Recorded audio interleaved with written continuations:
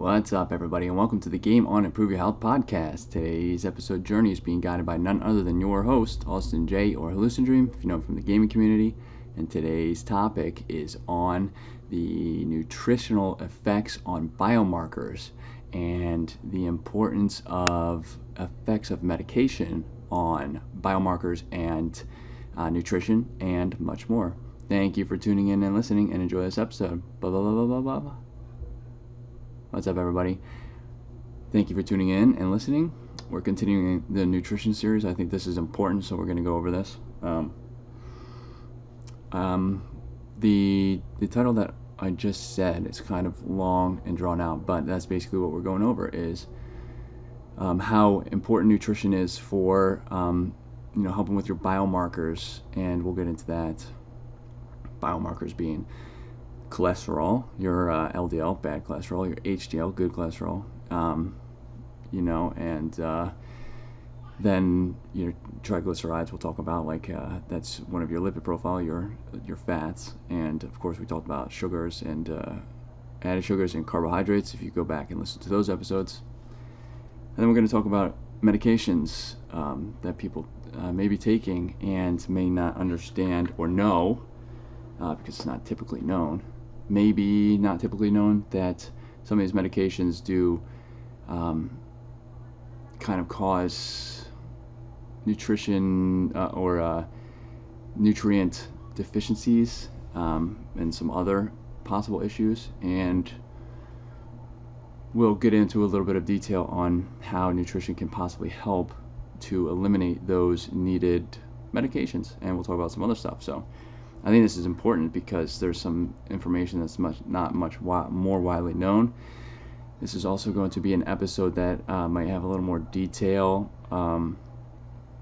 not as, I would say, easily followable as the other ones, but not overly difficult, I would say. So again, we try to keep things as simple to digest as possible. Sorry, I'm in a different location here. We are at the beach, my wife and I and our daughter and the in-laws, and if you can hear the kid screaming downstairs, that's what you hear. She's enjoying her time. So the first thing I want to talk about is first and foremost, I decided I wanted to make this specific episode now because I've been talking to a couple people in regards to different blood panels that they're getting. We are still running, I'm still running the blood panel 25% off the whole store. If you haven't heard of that, it's insidetracker.com. The link is in the description, both on YouTube and the podcast episode. 25% off code is AustinPro25, AustinPro25, no spaces.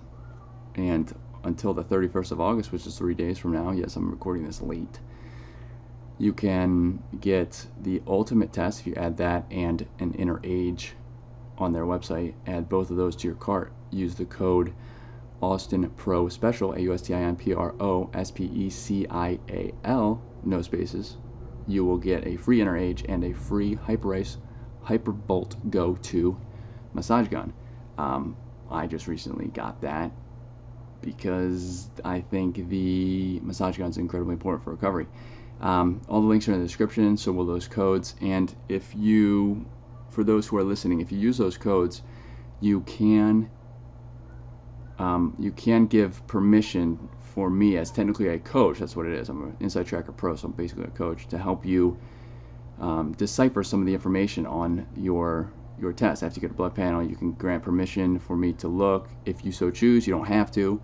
But if you do, I'm saying this so that if you do, please reach out and let me know so that we can prepare and we can talk a little bit prior to, and then we can go over it together if you would like some help deciphering it. So with that, I've been talking to a couple people in regards to blood panels and specifically high cholesterol, and I wanted to talk about that because a recurring theme pops up in regards to medication to lower cholesterol, one of which is statins. If you haven't heard of that, statin is a medication used to lower LDL, the cholesterol. Now, why I think this is important, because there are nutritional nutritional habits that can boost bad cholesterol, right? Let's say you eat fast food often. You go to the drive-thru, to McDonald's, to Burger King. You usually do that 2 or 3 times a week. That is going to hound your cholesterol as well as other biomarkers, right? Not the greatest. Also, there's no nutrients really in those foods anyways. And then there's decisions you can make, we've talked about in other episodes, where you can help to lower cholesterol. Eat fatty fishes would help. Dark leafy greens would help to lower cholesterol. Really, fruits and vegetables and clean meats, like grass-fed, unprocessed meats, unprocessed foods in general, will help with lowering your cholesterol. Now, it's not an overnight thing. You can't just switch and your cholesterol will lower, but it will over time lower. I know this from experience. My LDL, if you watch some of my personal YouTube biomarker inside tracker videos, you'll see that my cholesterol is always high, but it did lower when I switched to eating cleaner, and then no sugar, really cut out all the sugar. But sometimes you fall off track. That's okay. We're human. And it's raised again, but that's something I'm going to be working on anyways. But these so there's those two, right? So nutrition can help with, and not only your LDL, it's not only lowering your bad cholesterol and raising your HDL, which is good cholesterol. It's low density lipoprotein and high density lipoprotein, if you were wondering what the exact names are. But I'm sure everybody has, for the most part, heard of cholesterol in general. But some of these medications are quickly, sometimes they're quickly prescribed and accepted and taken, and they do help with the cholesterol, but they cause some issues elsewhere in the body, which is the issue. I feel like this is some information that needs to be told and understood and become more common knowledge, is that your nutritional habits can really help with these biomarkers, including your LDL, right? So these statins, one of the main things that it does is help lower cholesterol. One of the main side effects is that it has been shown to reduce cause the depletion of Coenzyme Q10, which is an enzyme in the body, made naturally in the body. You can get it from some foods as well, including fish, like I said. And it is a enzyme in the body that's an antioxidant, basically, and it helps protect your cells. It helps fight off diseases such as heart disease and other health-related conditions. So this is kind of an important coenzyme for your body to produce and you to get naturally from foods. They do make capsules for these in the event that these do start getting depleted, which they do with age. But one of the leading causes of nutrient depletion, or one of the negative effects of statins, is this coenzyme Q10 depletion, and that would kind of put your immune system in jeopardy, right? Not technically jeopardy, but it would reduce the efficiency of your immune system. That's not something we would want to do, right? Now, you're trading one good thing for another here, and that's where it becomes an issue, and where nutrition habits would be a good thing to look at, and try to switch over to that. So the one, I will say, we're just going to call these the one person I was talking to, we're not going to say names or who they are. One person I was talking to got off statins last year, and just recently talked to them in the past couple of days, told me that their LDL skyrocketed about 80 or 90 points, for lack of a better term, and that's pretty high in a year. And that is because the statins was lowering that, right? But this person also said that they felt better overall not taking them. So I was contacted in concern on what they could do and how they could lower their, sorry, there's like things flying into the window, how they could lower their bad cholesterol without having to take statins again. And I said exactly what I'm saying here is nutrition. Working out as well will help. But we're talking about nutrition here, and nutrition was one of them.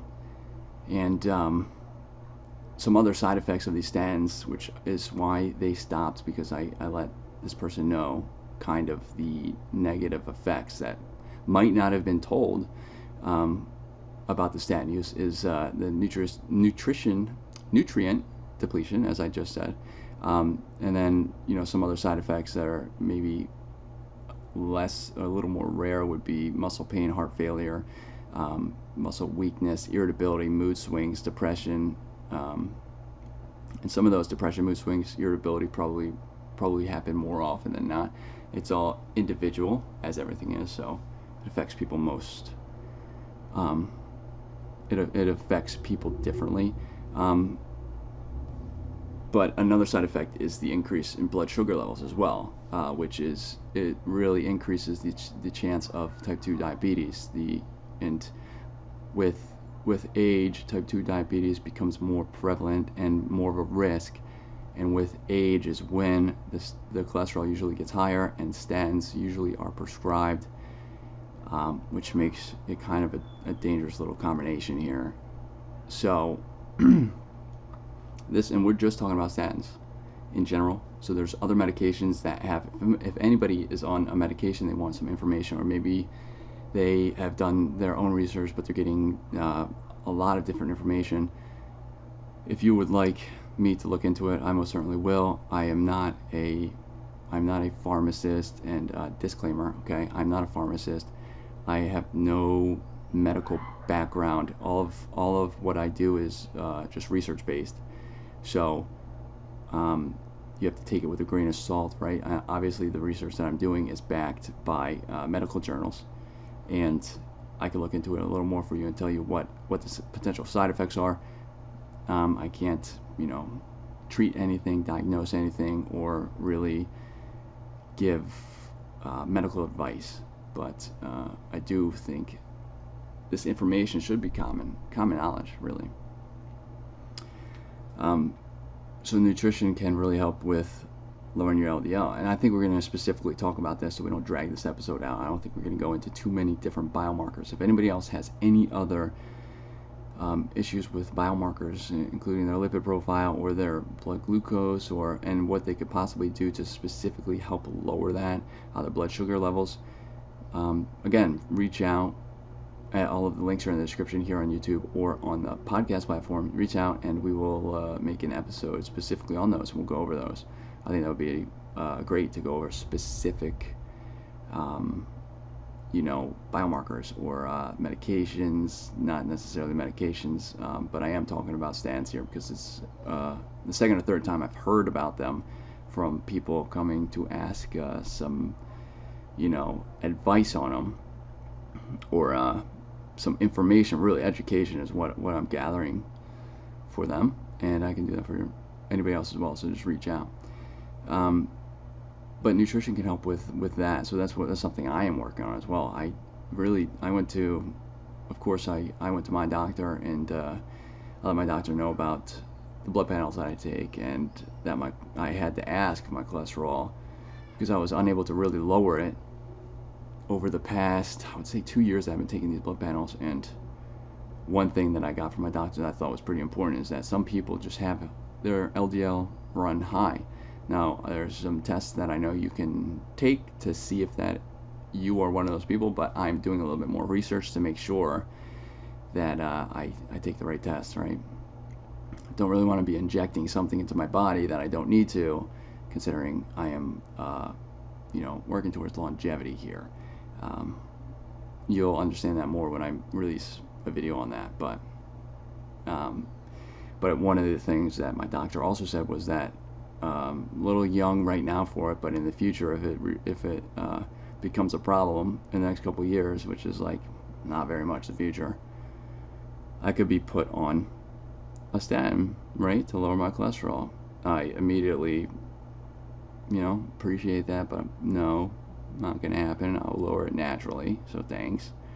But I took that information about the high LDL, and going to do a little bit of research into that, right? So this is the importance. This is why I'm going over all these nutrients, and I think nutrition is incredibly important. So is sleep, of course. But they all kind of go hand in hand, but nutrition is one of the most difficult, and there's so much information out there. That's why we're trying to make it easy to digest here for people to take bits and pieces of it, take baby steps, and